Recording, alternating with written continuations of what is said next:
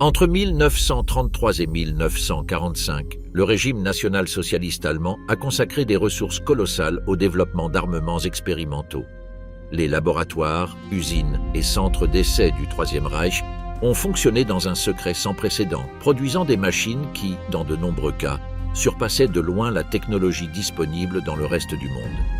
Certains de ces projets ont réussi à entrer en production et à changer le cours de batailles entières.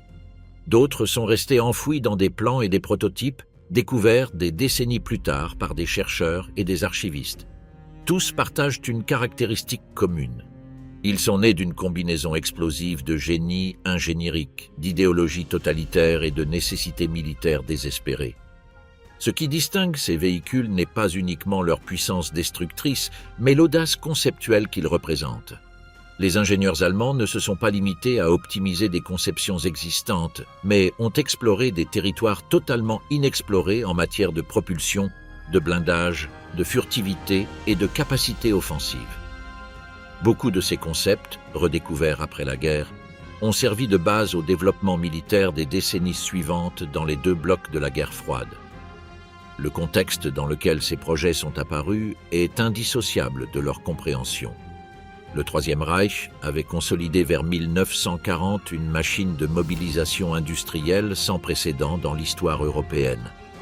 Les universités techniques ont été réorganisées en fonction des priorités militaires. Les meilleurs ingénieurs du pays ont reçu la priorité maximale dans l'attribution des matériaux, de la main-d'œuvre et du financement. Le système de contrat d'armement permettait aux entreprises privées de proposer des projets directement au ministère de l'Armement, créant une compétition interne qui accélérait l'innovation, mais générait également des doublons et un gaspillage de ressources. À ce paysage s'est ajouté un facteur psychologique de premier ordre, la conviction, enracinée dans l'idéologie nazie de la supériorité raciale, que l'esprit allemand pouvait produire une technologie qu'aucune autre nation ne pourrait égaler ni même comprendre. Cette certitude a alimenté à la fois les projets les plus brillants et les plus délirants, sans qu'il soit toujours possible de distinguer clairement les uns des autres jusqu'à ce que le prototype arrive sur le terrain d'essai. Le présent parcours couvre des monstres terrestres qui écrasaient le sol de l'Europe jusqu'aux précurseurs silencieux des sous-marins modernes, en passant par des aéronefs qui ont anticipé les avions à réaction du XXIe siècle. Chacun de ces 15 véhicules représente un chapitre sombre et irrépétible de l'histoire de l'ingénierie militaire, et une fenêtre ouverte sur des questions qui restent encore aujourd'hui sans réponse définitive concernant les limites de la technologie appliquée à la destruction. L'industrie d'armement allemande de guerre a en outre été un laboratoire de gestion de projets sans précédent. Le système de développement parallèle, dans lequel plusieurs entreprises étaient en concurrence simultanée pour le même contrat avec des conceptions différentes, a accéléré la sélection de solutions viables, mais a également généré une fragmentation des ressources qui a parfois conduit à une inefficacité systémique. Heinkel, Messerschmitt, Focke-Wulf et Dornier se faisaient des concurrences pour les contrats de chasseurs tandis que, simultanément, Junkers, BMW et Daimler-Benz rivalisaient pour les moteurs destinés à ces mêmes chasseurs. Cette compétition a multiplié les innovations disponibles, mais a également empêché la concentration des efforts sur les solutions les plus prometteuses. Le rôle des entreprises privées dans le programme d'armement mérite une mention particulière. Krupp, Rheinmetall, MAN, Porsche et Henschel n'étaient pas de simples sous-traitants de l'État. Leurs ingénieurs généraient leurs propres initiatives, finançaient des études préliminaires avec des fonds d'entreprise et présentaient des propositions non sollicitées au ministère lorsqu'ils estimaient avoir trouvé une solution technique intéressante.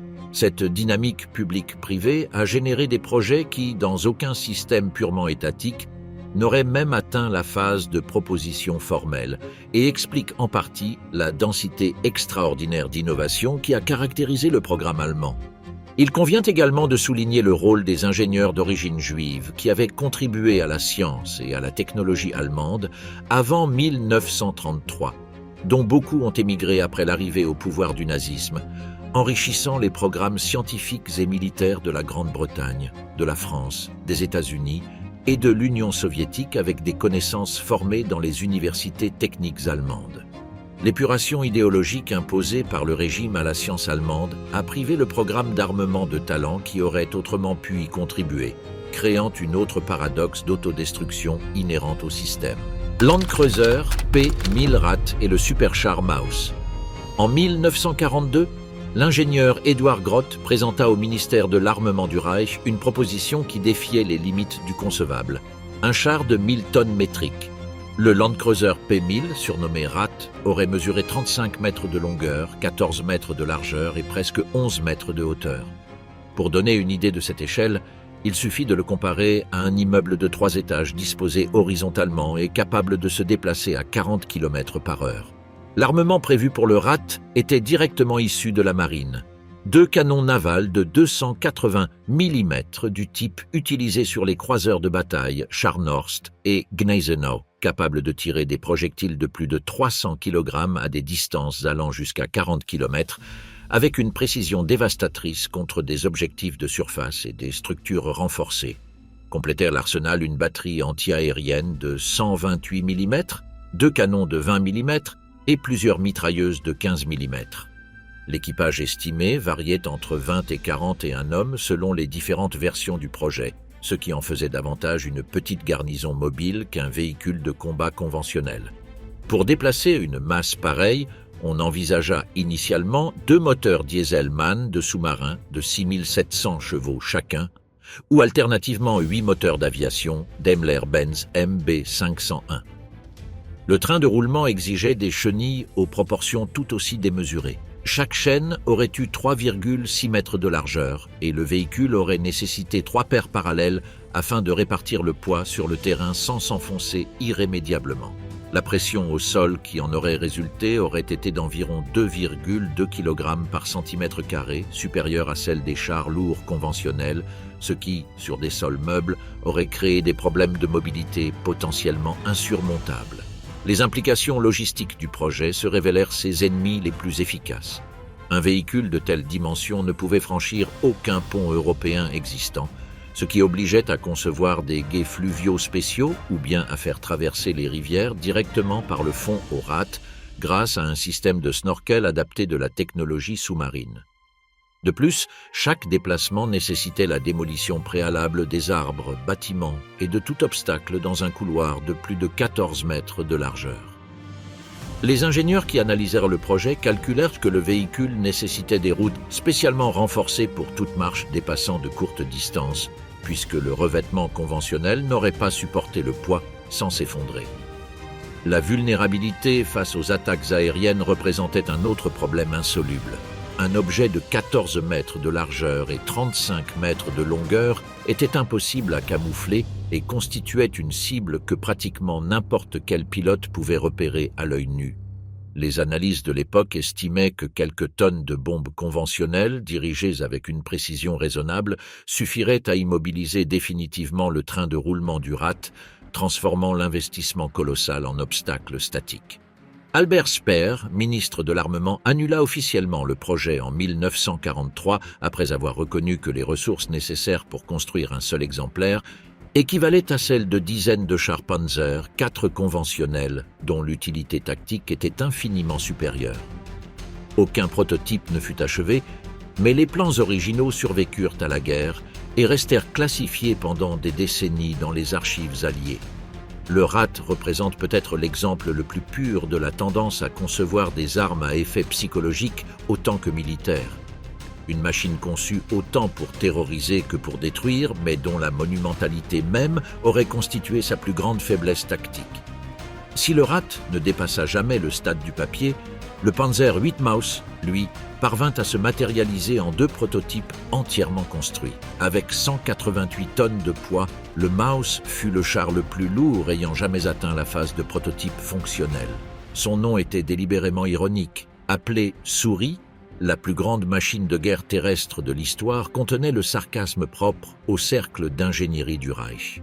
La désignation officielle fut proposée par Hitler lui-même après avoir examiné les plans, bien qu'il existe des divergences entre les sources quant au fait de savoir si l'ironie était intentionnelle ou simplement le reflet du goût pour les surnoms paradoxaux qui caractérisaient la nomenclature militaire allemande. Le projet naquit en 1942 sous la direction de Ferdinand Porsche, le même ingénieur à l'origine de la Volkswagen et du chasseur de chars Elfant. Krupp fut chargé de la construction de la coque et de la tourelle. La conception finale présentait un blindage frontal de 200 mm d'acier à durcissement superficiel, pratiquement impénétrable pour tout canon anti-char allié de l'époque à des distances de combat normales. Les flancs étaient protégés par 180 mm et l'arrière par 160 mm, transformant le Maus en une forteresse mobile que les projectiles anti-chars conventionnels de 75 mm ne pouvaient percer sous aucun angle. L'armement principal était un canon KWK 44 de 128 mm, capable de détruire n'importe quel char allié à des distances supérieures à 3500 mètres avec des munitions perforantes et de réduire bâtiments et installations en ruine avec des obus explosifs. Comme armement secondaire, un canon coaxial de 75 mm fut installé, chose inhabituelle pour un char de l'époque et reflet de la mentalité de suprématie absolue qui dominait la conception. Même l'armement secondaire du Maus équivalait à l'armement principal des chars moyens alliés. La propulsion du Maus représentait un problème d'ingénierie sans solution satisfaisante. Le moteur diesel MB 509 de 1200 chevaux était totalement insuffisant pour déplacer 188 tonnes avec une agilité tactique. La vitesse maximale atteinte lors des essais fut d'à peine 20 km/h sur terrain ferme et pavé, diminuant drastiquement sur terrain meuble ou en pente. La consommation de carburant était d'environ 800 litres pour 100 km, ce qui transformait toute opération logistique autour du Maus en un défi majeur. L'autonomie réelle était estimée entre 150 et 200 km dans des conditions favorables, chiffre qui aurait probablement été significativement inférieur en conditions de combat réelles. Aucun pont d'Europe continentale ne pouvait supporter son poids. C'est pourquoi un système de franchissement fluvial par Schnorchel fut conçu, permettant au Maus de s'immerger jusqu'à 8 mètres de profondeur et d'avancer sur le lit des rivières, recevant air et électricité à travers un câble relié à un autre Maus situé sur la rive. Ce système, bien qu'ingénieux, révélait la nature fondamentalement autoréférentielle du projet. Le Maus avait besoin d'un autre Maus pour fonctionner dans des conditions opérationnelles de base. Les deux prototypes construits, désignés V1 et V2, furent soumis à des essais sur le terrain d'expérimentation de Kummersdorf durant l'année 1944. Le C1 fut d'abord testé sans tourelle afin d'évaluer le train de roulement, révélant des problèmes de vibration dans le système de transmission qui exigèrent des modifications. Face à l'avancée soviétique en 1945, les Allemands tentèrent de les détruire pour éviter leur capture. Le 5-1 fut détruit à l'explosif, tandis que le V2 subit des dommages mineurs lors de la détonation. Les Soviétiques récupérèrent les deux coques, combinèrent les parties récupérables, essentiellement la tourelle du V2 sur la coque moins endommagée du V1, puis transférèrent le résultat au musée des blindés de Kubinka, près de Moscou, où il demeure aujourd'hui comme le seul Maus existant au monde. Sturmtiger, le mortier sur chenille. Le Sturmtiger est né d'une expérience traumatisante, les combats urbains de Stalingrad, où les Allemands découvrirent que leurs chars conventionnels étaient extrêmement vulnérables dans des environnements de rues étroites, bâtiment par bâtiment. Les défenseurs soviétiques avaient transformé chaque bâtiment en position de combat, chaque fenêtre en point de tir et chaque sous-sol en bunker. Les canons de chars à tir tendu, conçus pour le combat en terrain ouvert, se révélaient inefficaces contre des cibles situées aux étages supérieurs ou à l'intérieur des structures.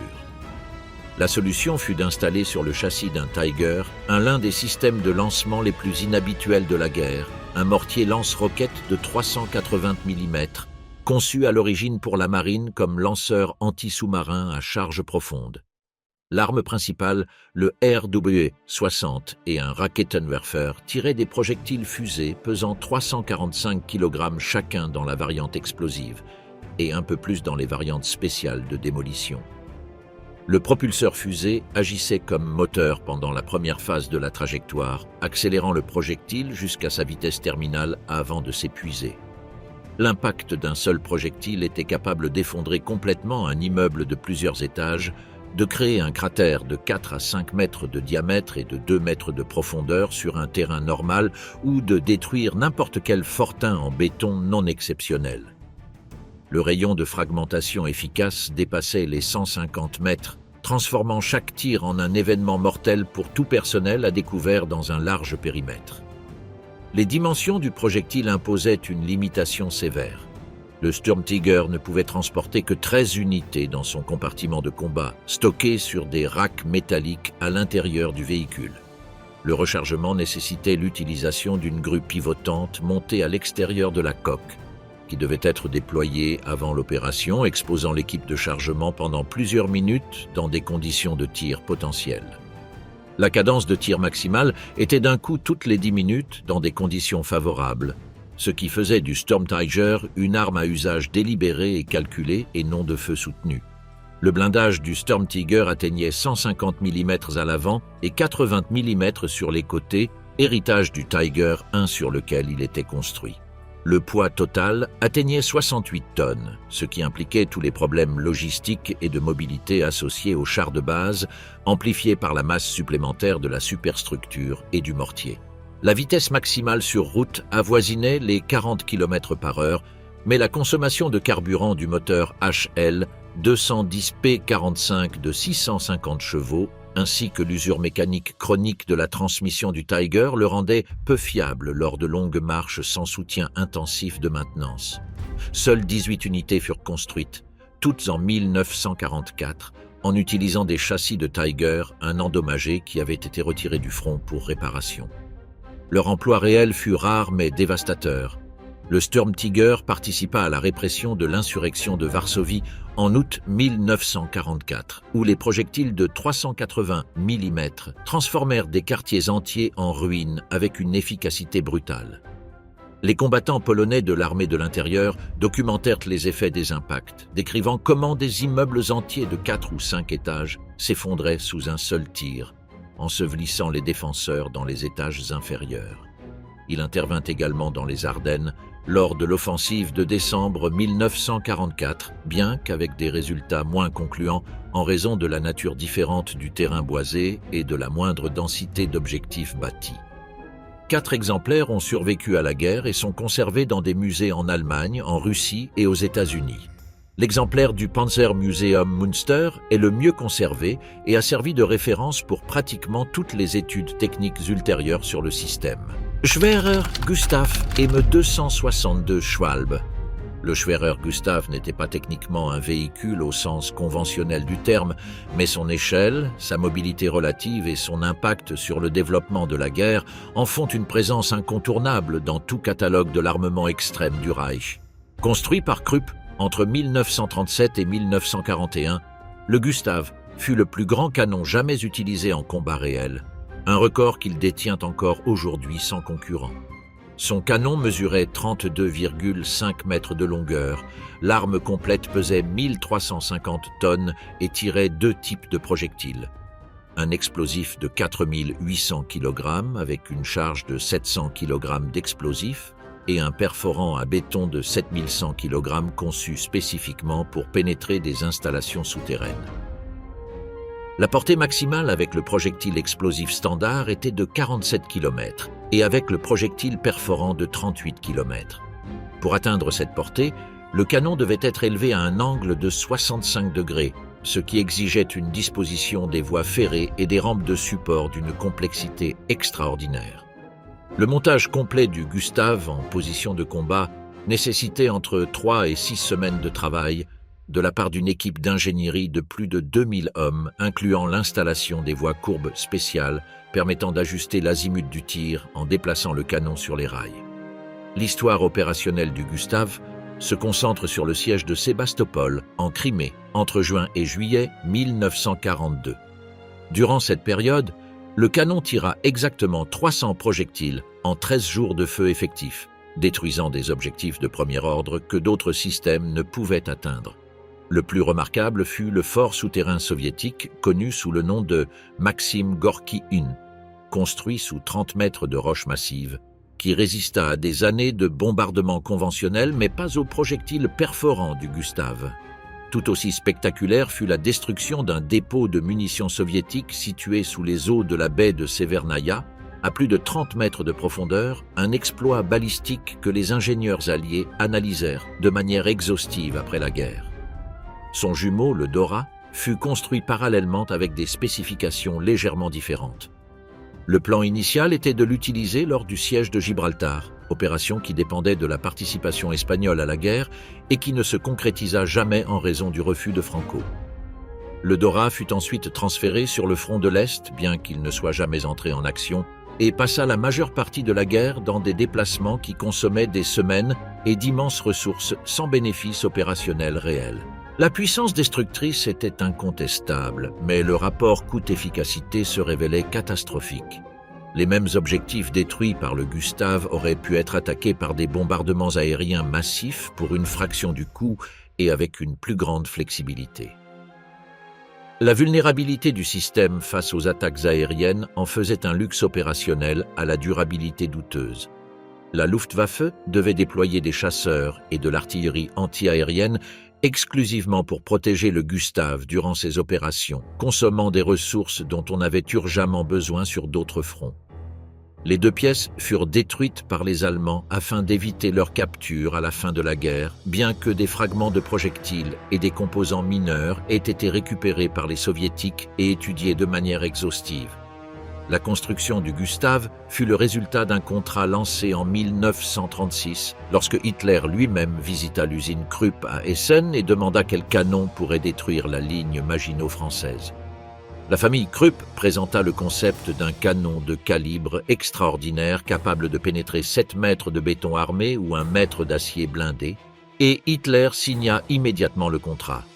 Le processus de conception et de construction dura 5 ans et nécessita la collaboration de centaines de spécialistes en métallurgie, balistique, ingénierie ferroviaire et logistique militaire. Le tube du canon fut forgé en une seule pièce dans les fours d'Essen, un processus qui prit à lui seul plusieurs semaines. Le nom Schwerer Gustav fut donné en l'honneur de Gustav Krupp von Bohlen und Albach, patriarche de la dynastie industrielle qui le construisit. Le canon tirait avec une précision relative acceptable pour sa portée, avec une erreur circulaire probable de moins de 300 mètres à 38 km, ce qui était remarquable pour le calibre et la portée de l'arme.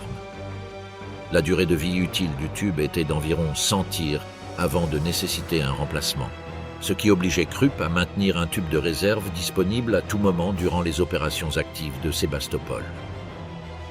La vitesse initiale du projectile à la sortie du tube était de 820 mètres par seconde, et le temps de vol jusqu'à la cible à portée maximale était de près de 40 secondes, durant lesquelles la rotation de la Terre produisait une déviation latérale mesurable que les calculateurs de tir devaient compenser.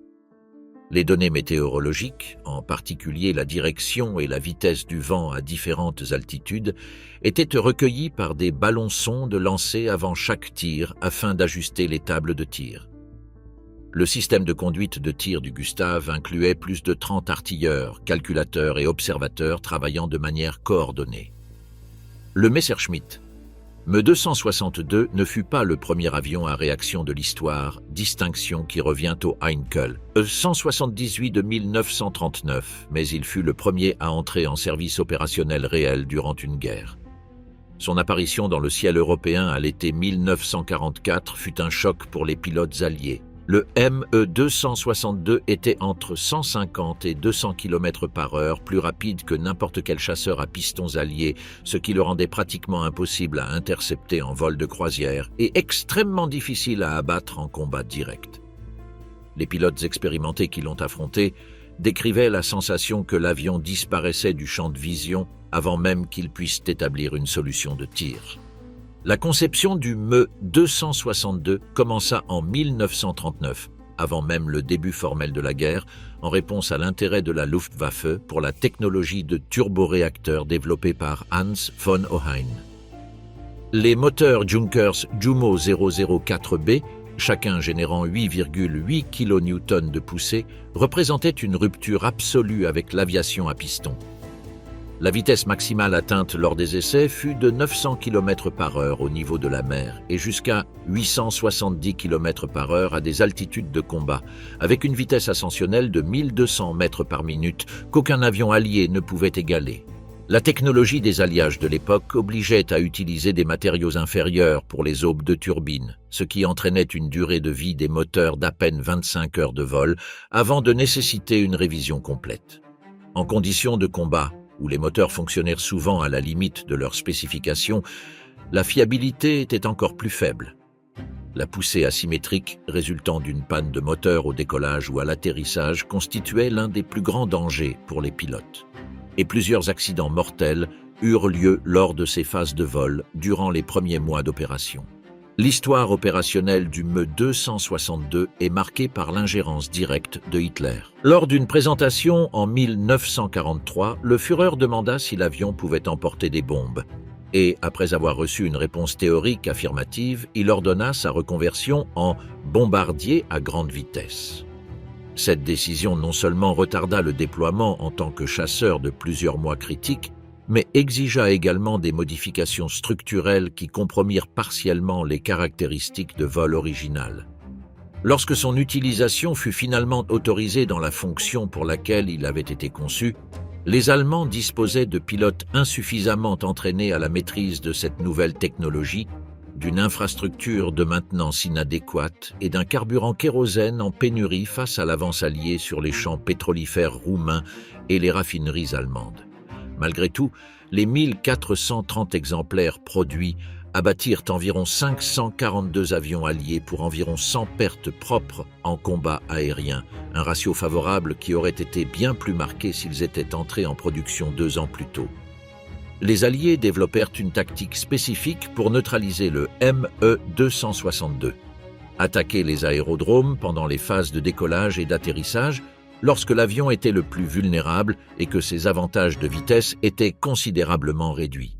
Le pionnier de cette tactique fut le général de l'USAAF Pete Quesada, qui établit des patrouilles de chasse au-dessus des bases du Me-262, ayant réussi à détruire davantage d'appareils au sol qu'en combat aérien. La conception en flèche des ailes du Me-262, étudiée intensivement par les équipes de récupération alliées, influença directement le développement du F-86 sabre américain et du MiG-15 soviétique.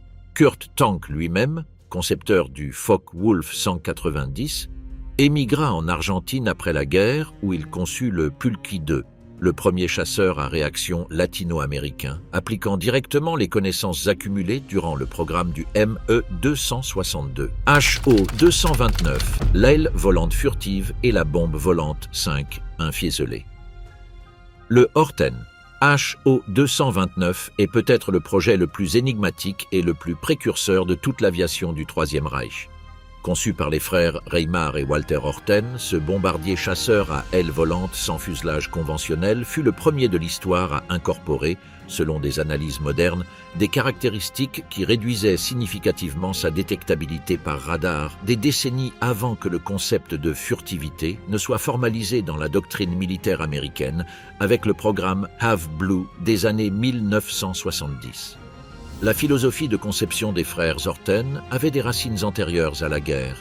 Reimar était fasciné par la forme de l'aile volante depuis les années 30, convaincu qu'il s'agissait de la configuration la plus efficace sur le plan aérodynamique possible. Lorsque la Luftwaffe publia en 1943 l'exigence 3 x 1000, demandant un avion capable de transporter 1000 kg de bombes sur 1000 km à une vitesse de 1000 km par heure, les Horten présentèrent leur conception d'aile volante comme la seule manière d'atteindre ces spécifications sans propulsion conventionnelle à piston. La forme d'aile volante pure éliminait le fuselage et l'empennage conventionnel, réduisant simultanément la traînée aérodynamique et la surface de dispersion radar. Le revêtement du prototype V3, le plus avancé de ceux construits, incorporait un mélange de bois aggloméré avec du charbon de bois entre des couches de contreplaqué assemblées avec une résine de caséine spécialement formulée. Ce matériau composite n'avait pas été conçu explicitement pour absorber les ondes radio, car le concept de modelage radar n'existait pas formellement à cette époque, mais des analyses réalisées par des chercheurs de Northrop Grumman en 2008, utilisant une réplique construite avec les matériaux originaux, ont déterminé que la composition absorbait entre 20 et 30% des ondes radio de haute fréquence. La réduction de la détectabilité calculée aurait permis au HO-229 de s'approcher à environ 80 km des côtes britanniques avant d'être détecté par les radars du système Chain Home, contre 160 km de détection pour un bombardier conventionnel. À 900 km/h, cela aurait pu réduire le temps d'alerte de 10 minutes à moins de 2, potentiellement insuffisant pour une réponse efficace des chasseurs d'interception Spitfire ou Hurricane. Les moteurs Junkers Jumo 00 4B du HO 229 étaient identiques à ceux du ME 262, fournissant une vitesse maximale estimée de 977 km/h. L'autonomie était d'environ 1900 km, suffisante pour attaquer des objectifs en Grande-Bretagne et même, dans des versions à plus grande capacité de carburant proposées mais jamais construites, des objectifs dans l'est des États-Unis.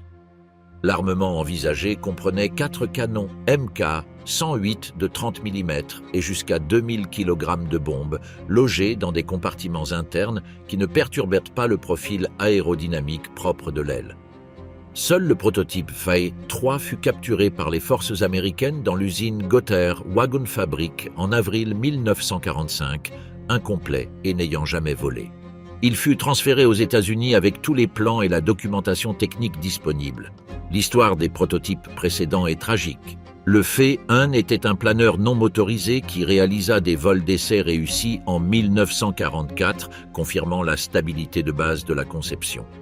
Le Faye 2 était le premier exemplaire motorisé et ses essais à Oranienburg révélèrent des performances prometteuses jusqu'au 18 février 1945, lorsqu'une défaillance du moteur provoqua le crash de l'aéronef et la mort du pilote d'essai Erwin Ziller, l'un des pilotes les plus expérimentés du programme expérimental de la Luftwaffe. La Vergeltungswaffe 1, l'arme de représailles numéro 1, fut la première arme guidée de croisière de l'histoire à être utilisée à grande échelle. Son nom technique était Fieseler F1 Cent 3, bien que dans les mémoires de ceux qui subirent ces attaques sur Londres et Anvers, elle soit restée gravée sous différents surnoms Buzz Bomb par les Britanniques, en référence au bourdonnement inconfondable de son moteur à pulsation, ou Doodlebug, terme qui capturait son caractère erratique et menaçant. Le système de propulsion du V1 était en soi une innovation remarquable. Le moteur à pulsation Argus AS-014 fonctionnait au moyen d'une série de détonations cycliques provoquées par l'ouverture et la fermeture rapide de clapets à grille à l'entrée d'air. À vitesse de croisière, ces détonations se produisaient à une fréquence de 47 pulsations par seconde, ce qui générait le bourdonnement caractéristique, comparable à celui d'un scooter à grande vitesse que la population londonienne apprit à reconnaître et à craindre. Le moteur était extraordinairement simple. Seulement 50 pièces mobiles comparées aux milliers d'un moteur d'aviation conventionnel, ce qui permettait sa fabrication dans des ateliers sans équipement spécialisé et par des travailleurs sans formation technique avancée. Le guidage du V1 combinait 3 systèmes indépendants. Un gyroscope à 2 axes assurait la stabilisation en tangage et en roulis. Un altimètre barométrique maintenait l'altitude de croisière autour de 850 mètres. Un compteur magnétique relié à une petite hélice à double pelle sur le nez enregistrait les rotations effectuées. Lorsque le compteur atteignait le nombre correspondant à la distance cible préalablement calibrée, il coupait le carburant et bloquait les gouvernes de profondeur en position de descente. Le silence soudain du moteur était le signal le plus redouté. Il signifiait que le projectile avait entamé sa plongée finale sur la zone. La précision était notoirement déficiente du point de vue militaire strict. L'erreur circulaire probable du Faye en était estimée à environ 900 mètres dans des conditions idéales de vent et de température, chiffre qui se dégradait fortement avec des vents traversiers ou des anomalies de pression. Cela rendait inutile toute tentative d'attaque de cibles spécifiques comme des installations militaires ou des ponts. La seule manière d'utiliser efficacement le V1 était de le viser vers des zones urbaines densément peuplées, ce qui révèle sans ambiguïté le caractère terroriste de la campagne. Entre juin 1944 et mars 1945, l'Allemagne lança environ 10 492 5-1 contre des objectifs en Grande-Bretagne, dont environ 70% furent neutralisés par le système défensif allié. Les méthodes de neutralisation évoluèrent rapidement.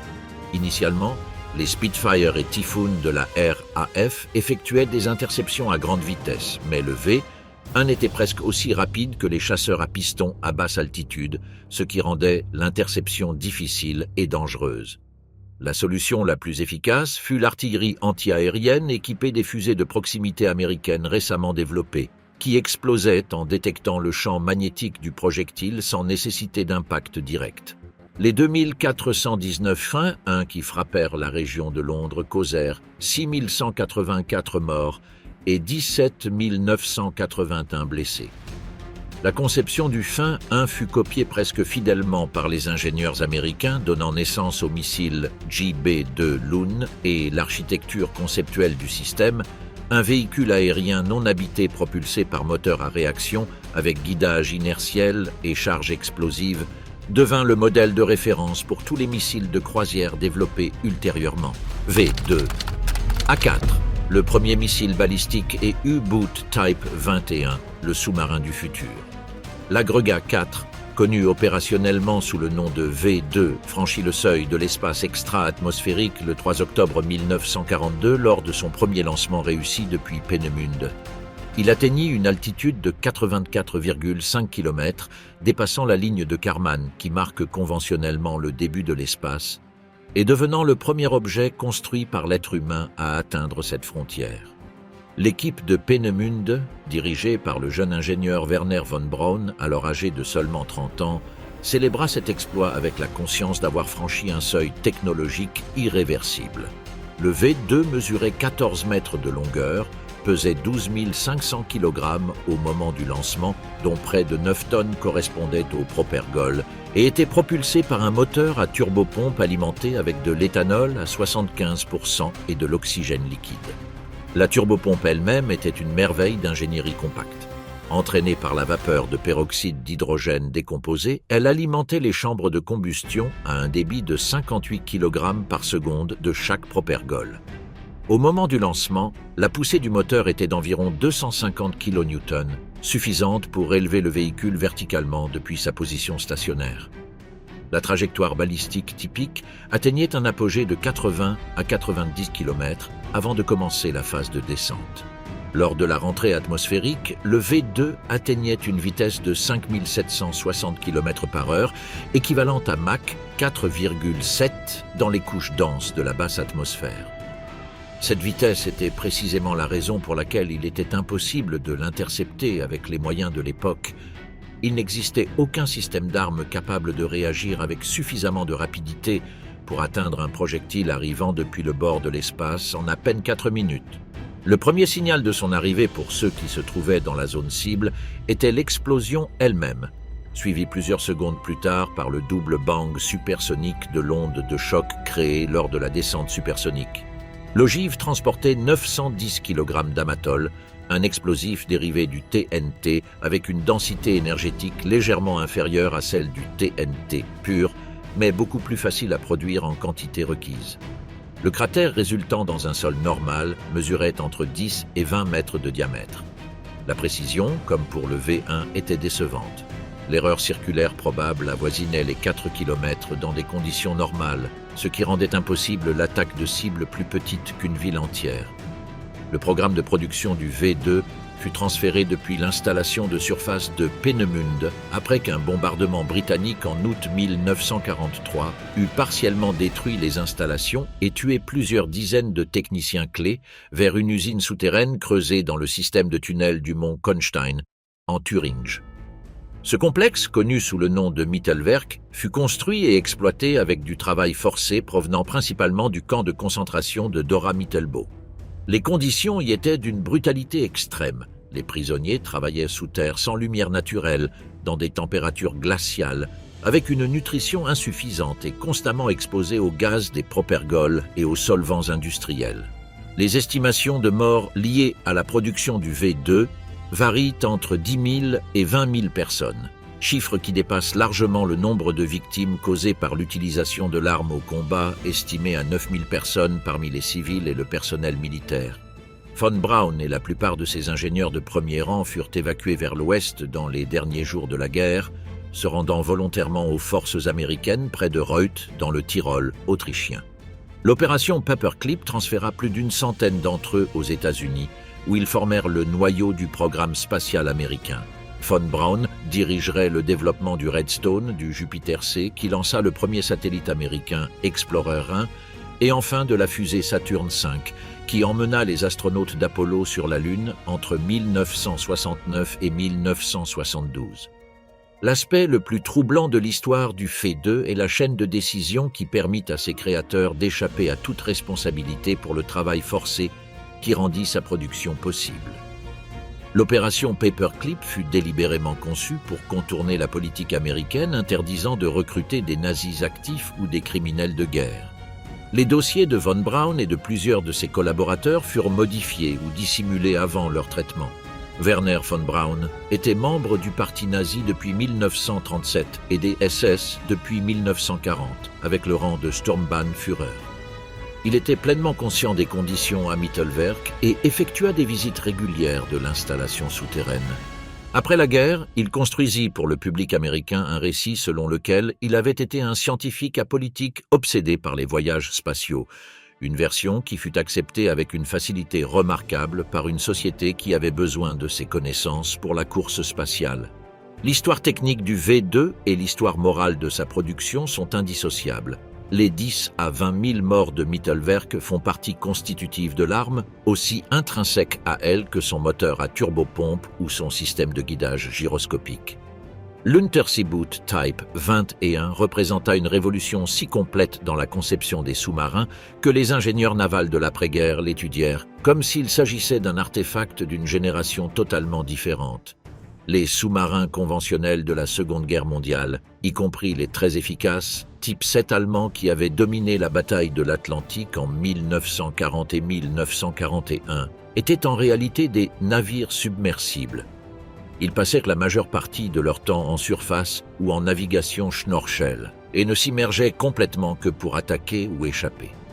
Le Type 21 fut le premier véritable sous-marin de conception moderne, conçu pour opérer principalement en immersion totale pendant toute la patrouille. La clé de la conception était une capacité de batterie radicalement augmentée. Le Type 21 embarquait 3 bancs de batterie de 62 cellules chacun, contre 2 bancs de cellules pour le Type 7, triplant effectivement l'énergie stockée. Cela, combiné à une coque conçue spécifiquement pour l'hydrodynamique sous-marine, avec une section transversale circulaire parfaite et toutes les protubérances externes supprimées ou intégrées dans le profil de la coque, permettait des vitesses en immersion qu'aucun sous-marin précédent, ni aucun destroyer d'escorte allié ne pouvait atteindre.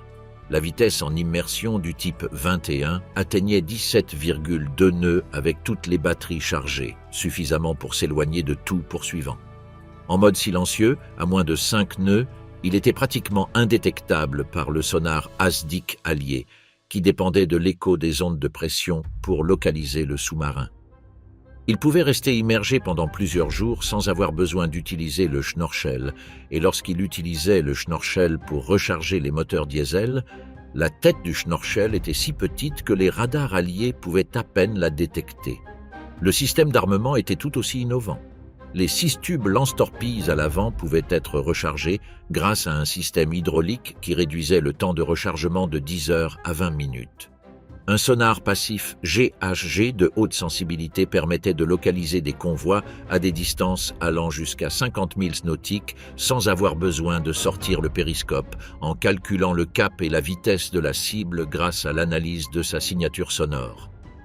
La torpille acoustique T11, conçue spécifiquement pour le type 21, pouvait suivre automatiquement la signature acoustique des moteurs des navires cibles, réduisant la nécessité de solutions de tir précises.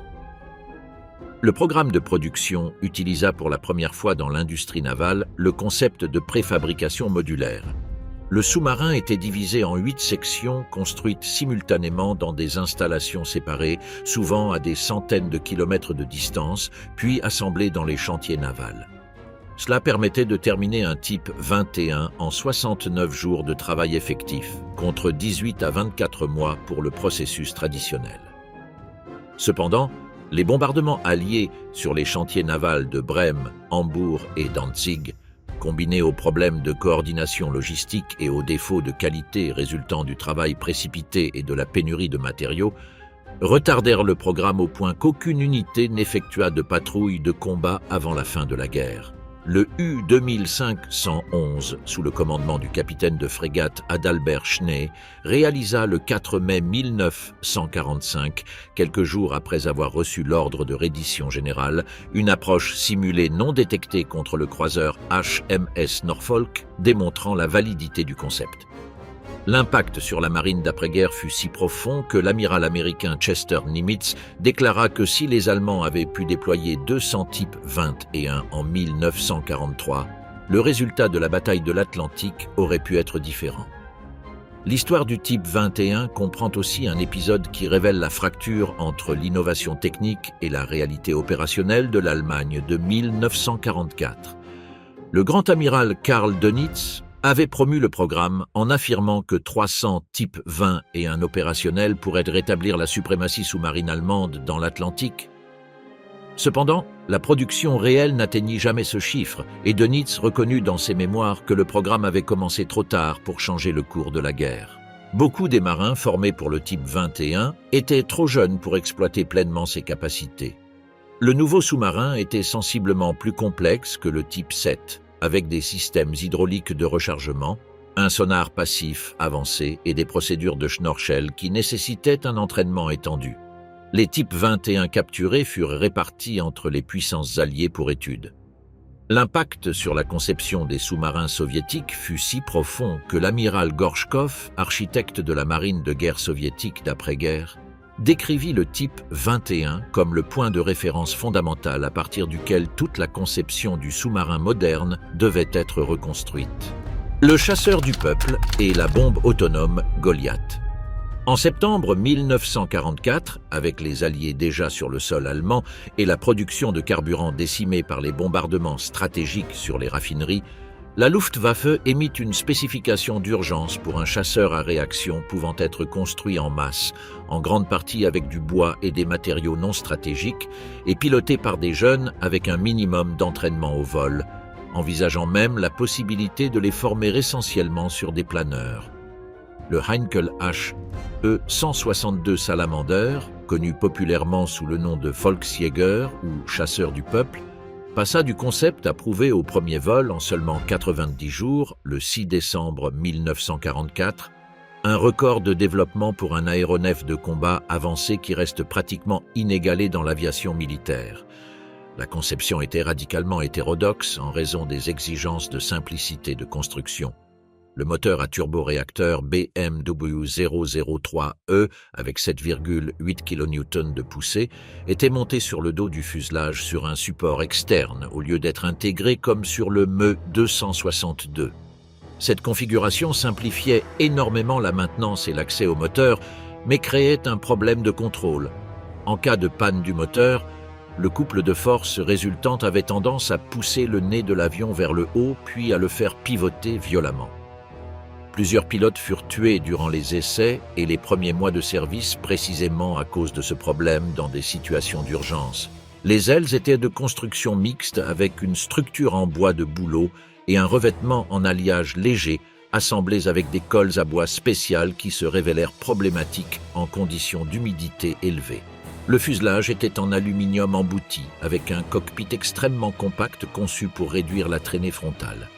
L'armement consistait en 2 canons MK 108 de 30 mm, une arme terriblement efficace mais avec une cadence de tir qui nécessitait des tirs brefs et précis afin de ne pas épuiser les munitions en quelques secondes. La version alternative avec des canons MG 151/20 de 20 mm avait une cadence plus élevée et davantage de munitions, étant préférée par de nombreux pilotes pour le combat aérien. Le programme prévoyait 4000 unités mensuelles, un chiffre qui révèle le divorce entre les planificateurs du Reich et la réalité industrielle de l'Allemagne de 1944.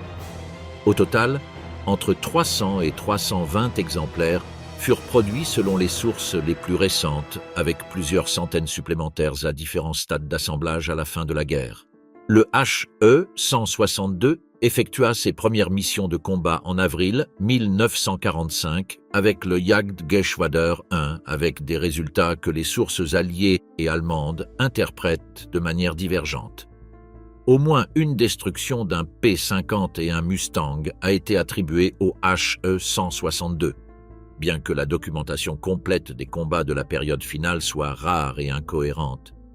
La vitesse maximale du HE-162 atteignait 840 km/h, inférieure à celle du ME-262, mais supérieure à celle de tout chasseur à piston allié aux altitudes de combat typiques. L'autonomie de seulement 57 minutes à vitesse de combat imposait des opérations strictement locales et limitait la doctrine d'emploi à la défense de cibles fixes concrètes. 27 exemplaires survivants se trouvent aujourd'hui dans des musées du monde entier, ceux du Smithsonian à Washington, du musée de l'aviation d'Ottawa et du musée technique de Speyer étant les plus complets et les mieux conservés. Alors que les ingénieurs allemands concevaient des monstres d'acier de centaines de tonnes, d'autres développaient à l'extrême opposé du spectre une miniaturisation tout aussi révolutionnaire. Le Goliath Leichter Ladungsträger était un véhicule télécommandé sans équipage mesurant à peine 1,5 m de longueur et 60 cm de hauteur, conçu pour s'infiltrer dans les positions ennemies et faire exploser une charge de 60 à 100 kg directement au contact de la cible, qu'il s'agisse d'un char, d'un pont, d'une position retranchée ou d'une concentration de troupes en terrain découvert. L'idée originale provenait d'un projet français capturé, le Tracteur B, un véhicule de démolition télécommandé qui n'avait jamais atteint la production de masse. Les ingénieurs de Carl F. Diebe Borgward, plus connus pour leurs automobiles civiles, développèrent le concept jusqu'à produire une machine opérationnellement viable. Le système de contrôle était un câble bifilaire pouvant atteindre 650 mètres de longueur enroulé sur une bobine interne. L'opérateur dirigeait le Goliath vers l'avant, vers l'arrière et dans les virages au moyen d'impulsions électriques transmises par le câble. En atteignant la cible, un signal électrique supplémentaire activait le détonateur de la charge explosive. La vulnérabilité inhérente au système de câble était son talon d'Achille le plus évident. Les soldats affrontant un Goliath n'avaient qu'à trouver le câble et le couper, ce qui rendait immédiatement le véhicule inutilisable. En Normandie, les soldats alliés qui capturèrent ou trouvèrent des Goliaths abandonnés découvrirent rapidement cette caractéristique, et la doctrine anti-Goliath alliée, basée sur la coupe du câble, se diffusa rapidement. En terrain ouvert, la vitesse maximale de 6 km/h du modèle électrique permettait également de simplement s'échapper du véhicule sans difficulté, bien qu'en terrain confiné ou contre des positions statiques, le panorama fut différent. La variante électrique originale, le SDKFZ 302, utilisait deux moteurs de 2,5 kW chacun, alimentés par des batteries au plomb acide, et pesait 370 kg. La variante à essence, le SDKFZ 303, utilisait un moteur bicylindre refroidi par eau qui fournissait le double de vitesse, 12 km/h, une plus grande autonomie et une charge explosive plus puissante allant jusqu'à 75 kg, ce qui en faisait une menace significativement plus sérieuse. Le coût de production était également plus favorable, autour de 3000 Reichsmark par unité. Au total, environ 7564 unités furent produites en combinant les deux variantes. L'emploi opérationnel fut varié. À Koursk, en 1943, les Allemands utilisèrent des bataillons entiers de Goliath pour tenter d'ouvrir des brèches dans les champs de mines soviétiques avant les attaques de chars, avec des résultats mitigés, étant donné que les Soviétiques avaient reçu des renseignements préalables sur la tactique. À Varsovie en 1944, les unités SS employèrent des Goliaths pour démolir les bâtiments occupés par l'Armia Krajowa pendant l'insurrection, avec une plus grande efficacité tactique dans cet environnement urbain confiné où la faible vitesse et le câble court posaient moins de problèmes. Le concept survécut à la guerre et trouva une continuation directe dans les systèmes d'armes terrestres non habités actuels, qui utilisent des communications par radiofréquence ou fibre optique à la place du câble mécanique original. L'utilisation du Goliath sur le front de l'Est révéla des applications tactiques que ses concepteurs n'avaient pas entièrement prévues. Lors de la bataille de Koursk en juillet 1943, les unités pionniers allemandes qui opéraient les Goliaths découvrirent qu'elles pouvaient les utiliser non seulement pour attaquer des objectifs individuels, mais aussi pour nettoyer des champs de mines, en les faisant avancer lentement à travers le terrain jusqu'à ce que les mines déclenchées par la pression des chenilles fassent exploser le terrain environnant. La charge explosive n'était pas nécessaire dans ce cas et les Goliaths, capturés avec leurs batteries épuisées ou abandonnées, étaient parfois poussés manuellement à l'intérieur des champs de mines à cette fin. Les ingénieurs soviétiques étudièrent avec grand intérêt les Goliaths, capturés dès les premiers affrontements avec eux en 1943. L'analyse technique conclut que le concept était valable, mais que le système de câbles était inadmissiblement fragile et les soviétiques développèrent des véhicules similaires mais avec un contrôle par radiofréquence pour leurs propres usages de démolition. Cet échange technologique indirect, fait de capture et d'analyse de l'armement ennemi, fut l'une des principales sources d'innovation des deux côtés du front de l'Est tout au long de la guerre. La version intermédiaire du Goliath, le SDKFZ-304 Springer, fut développé en 1944 comme amélioration du concept. Il pesait 1100 kg, transportait une charge de 330 kg d'explosifs et disposait d'une vitesse et d'une portée de câble accrues.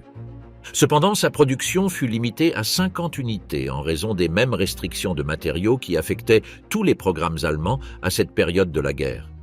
Le Springer annonçait directement les véhicules de combat non habités de plus grande taille qui opèrent aujourd'hui dans de nombreuses armées, y compris des systèmes tels que le Milrem Robotics Themis estonien ou le Samsung SGR A1 sud-coréen. Le remorqueur de géant et le canon anti-aérien blindé Flakpanzer 4 Kugelblitz. La Luftwaffe a été confrontée à un problème logistique singulier lorsque le programme de planeur géant Messerschmitt Me-320 et un Gigant a produit un aéronef de transport capable de transporter 200 soldats entièrement équipés, un char léger allant jusqu'à 23 tonnes, ou une batterie d'artillerie complète avec son personnel, ses munitions et ses véhicules de traction. Le problème était que le Me-321 nécessitait pour le décollage l'équivalent de la puissance de 3 avions à haute puissance, et la solution initialement adoptée, le système appelé Troika Schlepp, qui accrochait 3 chasseurs Bf-110 au planeur au moyen de câbles de remorquage, s'est révélée si dangereuse pour les pilotes que les accidents lors des manœuvres de décollage dépassaient en perte ceux des combats aériens. Les câbles de remorquage cédaient, les avions entraient en collision entre eux lors du décollage, et les pilotes qui perdaient de la puissance n'avaient aucune possibilité de récupération aux vitesses et altitudes du décollage en charge. La solution adoptée fut radicale dans sa conception. Fusionner 2 bombardiers Heinkel HE-111H6 en un seul aéronef en reliant leur fuselage par une nouvelle section centrale d'aile fabriquée expressément pour cet usage. La section de jonction abritait le 5e moteur, un Junkers Jumo 211F2 supplémentaire monté en position centrale et contenait les réservoirs de carburant pour ce moteur additionnel. Les 2 fuselages d'origine conservaient chacun leurs 2 moteurs, leur équipement de vol et leur système, mais partageaient des commandes de vol synchronisées qui, dans la pratique, étaient opérées depuis le fuselage gauche où se trouvait le pilote principal. Le pilote du fuselage droit agissait comme copilote et observateur avec des commandes de vol secondaires uniquement pour les situations d'urgence. Le HE-111Z résultant mesurait près de 36 mètres d'envergure totale et était opéré par un équipage de 7 personnes, 5 dans le fuselage gauche, incluant le pilote principal, le copilote, le navigateur, l'opérateur radio et le mitrailleur, et 2 dans le fuselage droit. La puissance combinée des 5 moteurs de 1350 chevaux chacun totalisait 6750 chevaux, suffisante pour remorquer un Me-321 Gigant à 220 km/h à des altitudes opérationnelles. La charge de remorquage maximale était de 30 tonnes et la distance de décollage avec un planeur chargé à sa capacité maximale nécessitait des pistes d'au moins 1800 mètres en bonne condition. Les 12 unités construites eurent une histoire opérationnelle irrégulière mais documentée. Le plan d'emploi massif lors de l'opération Hercule, l'assaut amphibie et aéroporté contre Malte planifié pour 1942, fut annulé après que le succès de l'opération aérienne préliminaire fut considéré comme suffisant pour neutraliser l'île sans nécessité d'invasion. Cela priva le programme HE-111Z de sa raison d'être la plus dramatique. L'emploi réel se concentra sur le front de l'Est, principalement dans le ravitaillement aérien d'unités encerclées et dans le transport de charges lourdes sur des routes où les bombardiers conventionnels étaient insuffisants. Lors du siège de Demiansk en 1942, Un HE-111Z transportant du matériel d'artillerie lourd fut l'un des premiers vols de ravitaillement à atteindre la poche encerclée. Aucun exemplaire ne survécut à la guerre. Le processus de fusion de deux aéronefs en un seul posa des défis d'ingénierie que les concepteurs de Heinkel résolurent avec une élégance remarquable. Le principal problème était la synchronisation des systèmes de commande de vol. Les deux colonnes de commande, une dans chaque fuselage, devaient se déplacer de manière absolument coordonnée, sans quoi les ailerons d'une aile travailleraient en opposition à ceux de l'autre. La solution fut une barre d'acier rigide, reliant physiquement les systèmes de commande transversalement à travers la section centrale, avec des réglages précis permettant de petites corrections individuelles sans perdre la synchronisation fondamentale. La structure de l'aile centrale de jonction fut conçue par Heinkel pour absorber non seulement les efforts aérodynamiques propres à une nouvelle section d'aile, mais aussi les forces de torsion asymétriques résultant des éventuelles pannes de moteur sur l'un des 5 moteurs. Les calculs de résistance structurelle dans le cas d'une panne de moteur à l'extrémité d'une des ailes d'origine, avec un planeur géant en remorquage, représentèrent l'un des exercices d'ingénierie structurelle les plus complexes réalisés dans l'aviation allemande de l'époque. La maintenance de 5 moteurs sur un seul aéronef dans les conditions des aérodromes du front de l'Est, avec des températures allant jusqu'à -40 degrés Celsius en hiver et des pistes en terre non pavée, fut un défi logistique persistant. Les registres de maintenance du JG-2 Stuka-Geschwader, l'unité qui a opéré le plus de HE-111Z sur le front de l'Est, montrent que la disponibilité opérationnelle des HE-111Z dépassait rarement 50% du total assigné à un moment donné. Les pièces de rechange pour les moteurs étaient fréquemment les mêmes que pour le HE-111H conventionnel, ce qui simplifiait l'approvisionnement mais n'atténuait pas la pénurie générale de composants qui affectait toute la Luftwaffe depuis 1943. À mesure que la supériorité aérienne alliée devenait écrasante sur les fronts occidental et oriental durant 1944, les véhicules blindés allemands en mouvement devinrent des cibles privilégiées pour les chasseurs-bombardiers Typhoon, Thunderbolt et Sturmovik. Une seule colonne de chars surprise en terrain découvert pouvait être décimée en quelques minutes par des aéronefs opérant avec une impunité croissante. La réponse tactique urgente nécessitait un système capable d'accompagner les colonnes blindées en mouvement et de leur fournir une couverture anti-aérienne organique sans dépendre de positions fixes. Le Flakpanzer IV Kugelblitz, le éclair en boule, fut la solution la plus avancée et la plus sophistiquée développée à cette fin. L'armement principal était une tourelle complètement sphérique et fermée, en contraste marqué avec les systèmes anti-aériens à tourelle ouverte employés dans les modèles précédents comme le Wirbelwind ou Lostwind, qui laissaient l'équipage exposé au feu ennemi. La tourelle abritait 2 canons automatiques MK-103 de 30 mm en montage coaxial avec une cadence de tir combinée de 900 coups par minute. La portée effective contre des cibles aériennes dépassait 2000 mètres et, avec des projectiles explosifs à haute puissance, 2 ou 3 impacts suffisaient pour détruire un avion d'attaque de taille moyenne. La géométrie sphérique de la tourelle n'était pas uniquement esthétique. Elle permettait l'élévation complète des canons depuis le niveau du sol jusqu'à la verticale, 90 degrés, sans interruption ni zone morte d'élévation. La rotation horizontale de 360 degrés était continue et sans butée mécanique. Un directeur de tir mécanique intégré calculait le point d'interception prédictif en se basant sur les données de vitesse angulaire et de distance estimée de la cible. Une solution primitive mais fonctionnelle de ce que nous appellerions aujourd'hui un suivi informatisé. La vitesse de rotation de la tourelle, actionnée hydrauliquement, était suffisante pour suivre des cibles aériennes en vol bas aux vitesses typiques des chasseurs-bombardiers alliés. Le châssis était celui du char moyen Panzer IV dans sa variante J, avec des modifications de la superstructure pour accueillir la tourelle sphérique. Le compartiment moteur demeurait sans changement substantiel, utilisant le moteur Maybach HL120 TRM de 265 chevaux qui propulsait les versions de combat du Panzer IV. Le blindage de la tourelle atteignait 20 mm dans sa partie la plus épaisse, insuffisant pour le combat contre des chars, mais adéquat pour protéger l'équipage de 4 personnes des éclats, des balles de mitrailleuses et des tirs légers d'infanterie qu'ils pouvaient rencontrer en position défensive. Seulement entre 5 et 7 unités furent complétées selon les sources. avec des divergences concernant les véhicules livrés avant la fin de la guerre par rapport à ceux qui étaient en cours d'assemblage. La pénurie de ressources, la concurrence interne entre programmes d'armement et la désorganisation industrielle causée par les bombardements empêchèrent le Kugelblitz d'atteindre une échelle de production significative. Cependant, le concept fut adopté par pratiquement toutes les armées modernes. Le Gepard allemand de l'après-guerre, le M163 CADS américain, le ZSU-23-4 Shilka soviétique, le Marksman finlandais et des dizaines de systèmes similaires sont tous des descendants conceptuels directs du principe que le Kugelblitz fut le premier à mettre en œuvre dans une configuration fermée et totalement intégrée à une formation de chars. L'intercepteur à décollage vertical et le tracteur amphibie oublié.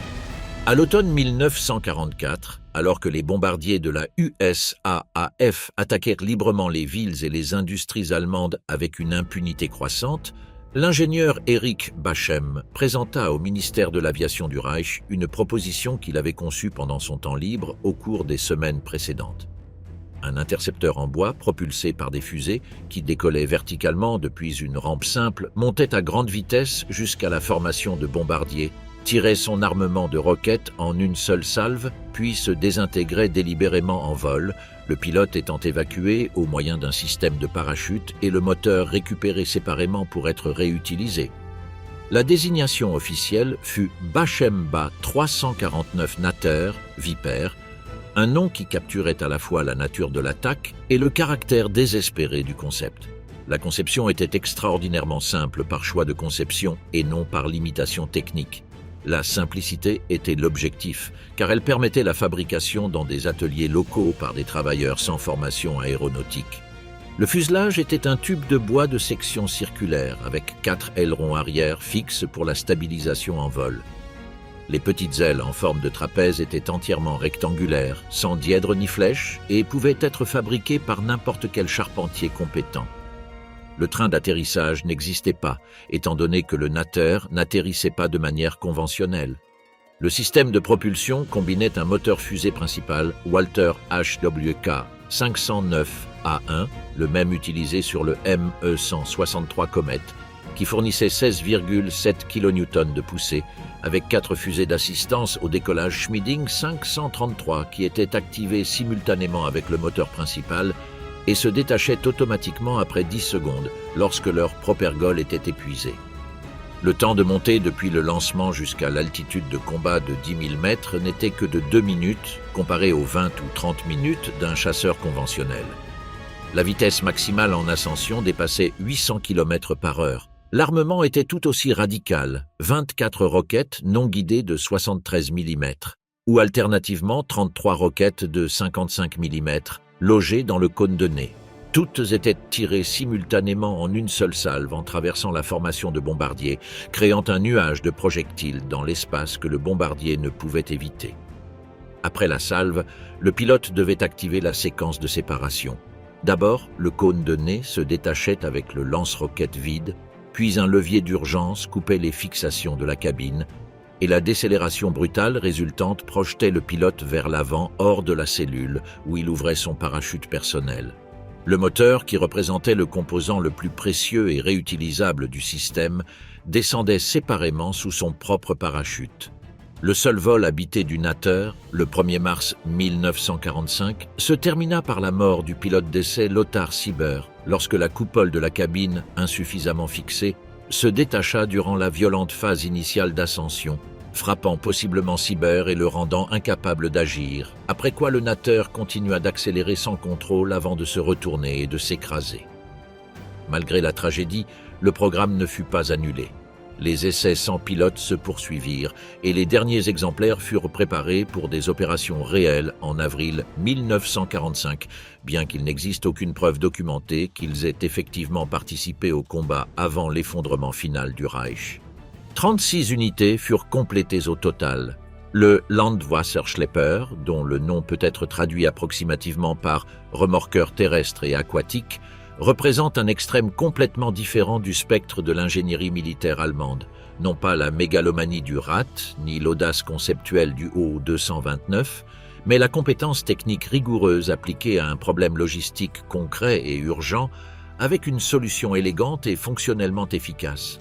C'est le véhicule le moins connu de cette sélection et peut-être celui qui a le plus directement influencé certains aspects de la doctrine militaire d'après-guerre, sans que cette influence ait été correctement reconnue dans les études historiques conventionnelles. Développé par Rheinmetall Borsig entre 1935 et 1940, à partir des expériences acquises lors des exercices de franchissement de rivières dans les Balkans et des premiers mouvements de troupes de la guerre, le LWS était un véhicule totalement amphibie de 17 tonnes capable d'opérer à la fois sur terre et sur l'eau sans préparation préalable ni modification.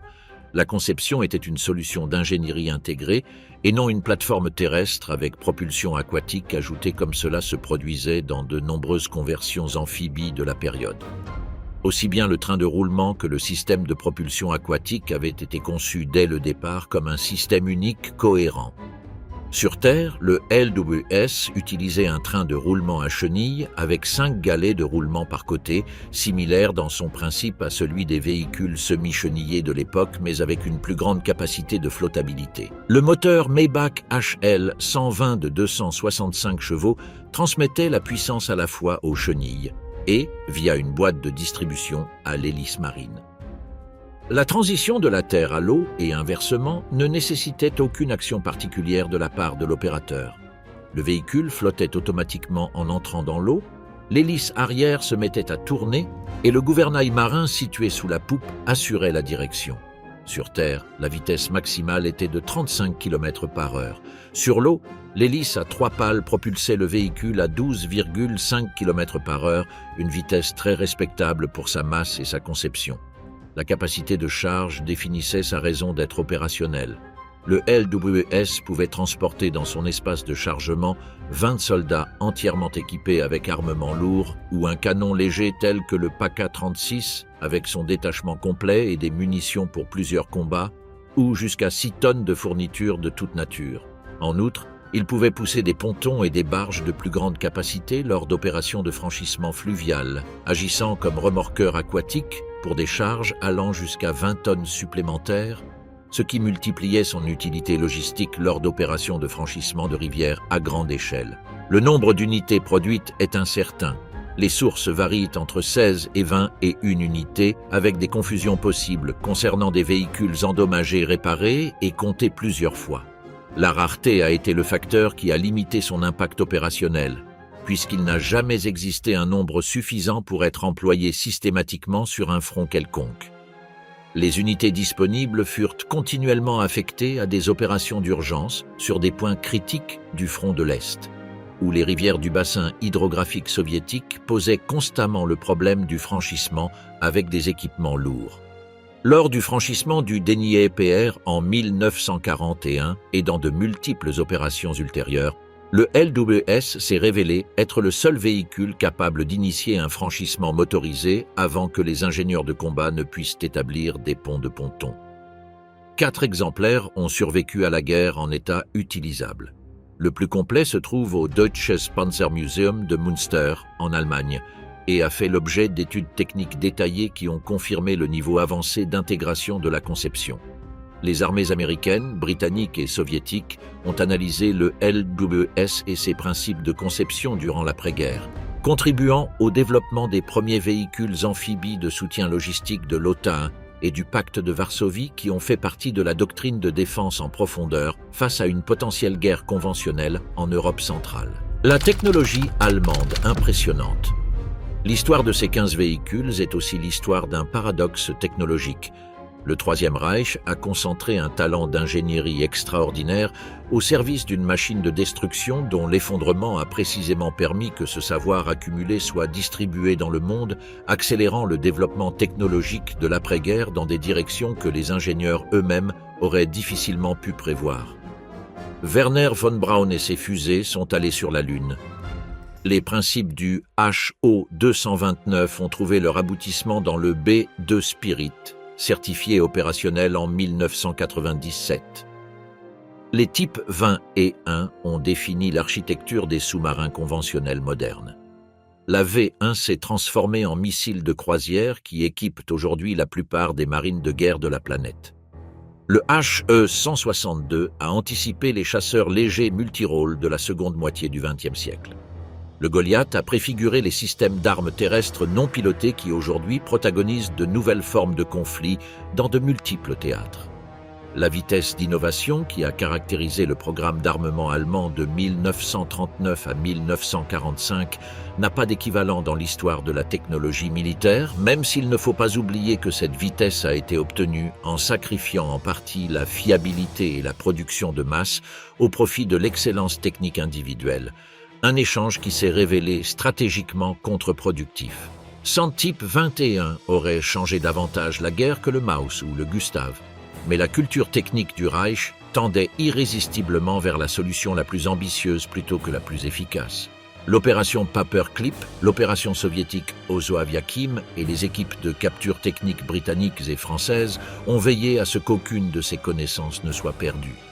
Les archives déclassifiées dans les décennies suivantes révèlent à quel point les programmes aérospatiaux et navals de la guerre froide ont été directement redevables de l'ingénierie militaire allemande et à quel point les ingénieurs qui avaient conçu les armes du Reich ont trouvé dans les programmes spatiaux et de défense de l'après-guerre un nouveau champ où appliquer leurs talents, sous de nouveaux drapeaux et avec de nouveaux objectifs. L'analyse comparative de ces 15 projets révèle un schéma cohérent. Les véhicules qui ont eu le plus grand impact réel sur la guerre n'ont pas été les plus spectaculaires en termes de concept ou d'échelle, mais ceux qui répondaient le mieux à des besoins opérationnels concrets avec des solutions techniquement mûres. Le ME-262, le type 21 et la V1 ont transformé des aspects réels de la guerre et de la technologie ultérieure. Le Maus et le Gustav, malgré leur monumentalité impressionnante, n'ont pas eu d'impact tactique significatif.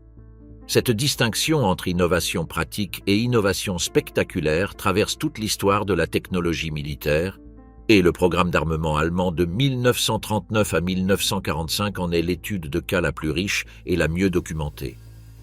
La tendance à privilégier le projet le plus ambitieux plutôt que le plus efficace, renforcée par la culture du régime et par la concurrence interne entre concepteurs cherchant la faveur d'Hitler, s'est révélée stratégiquement coûteuse.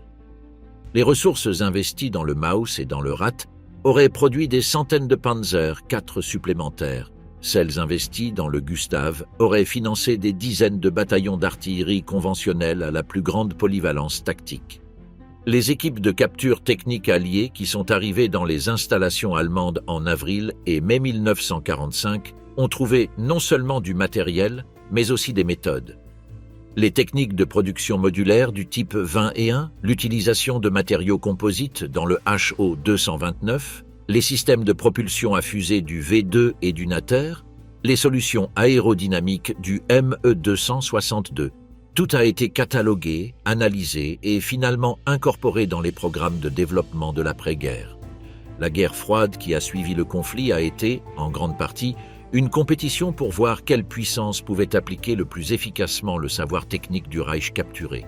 Les missiles Redstone et Jupiter américains, le Scud soviétique, les premiers sous-marins nucléaires tant de l'URSS que des États-Unis, le F-86 Sabre et le MiG-15, le B-52 Stratofortress avec ses innovations aérodynamiques, tous contiennent, à des degrés divers, l'ADN technique des projets décrits ici.